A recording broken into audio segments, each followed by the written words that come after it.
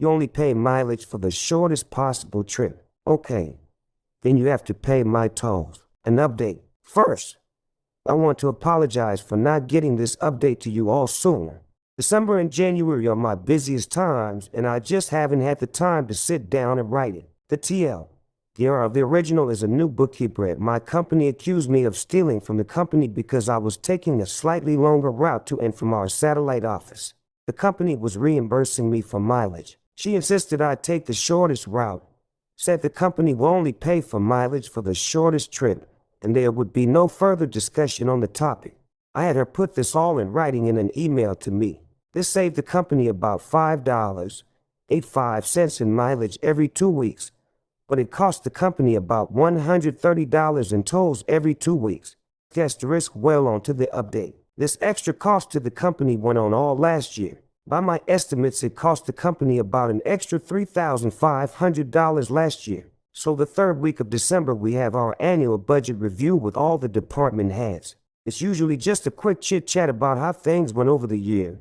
Then we all get a nice catered lunch. This year went a little different. First, Karen, bookkeeper, asked that we have a projector set up in the conference room so she could give a presentation on how much she has saved the company since she was hired at the beginning of the year. This was great for me. I prepared my own presentation. She starts off the meeting going over each department, going over the changes she has made to save money. Her big cherry on top of her savings was how much she has saved by cracking down on excess expense reimbursements. Now, I should say here that she is not liked by any of the department heads. Most of the employees have complained to their department heads about her bull, and they've been forced to just take the complaints with no power to do anything about it. I, on the other hand, am a one-person department, so her presentation ends with a big hooray on how cutting down on expense reimbursements has saved the company a whole $3,500 last year. Then we start going over each department's budgets. Everything is going normally until they get to my budget. Wait, why is it so far over budget?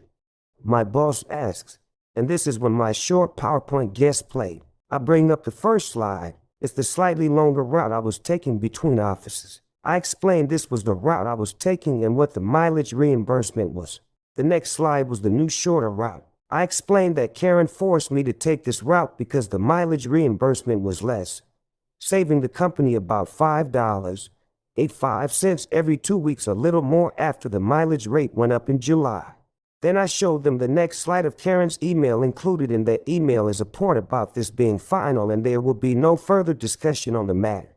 The final slide was all the toll reimbursements I was paid over the year, including the approximate total YTD that was a result of this new shorter route.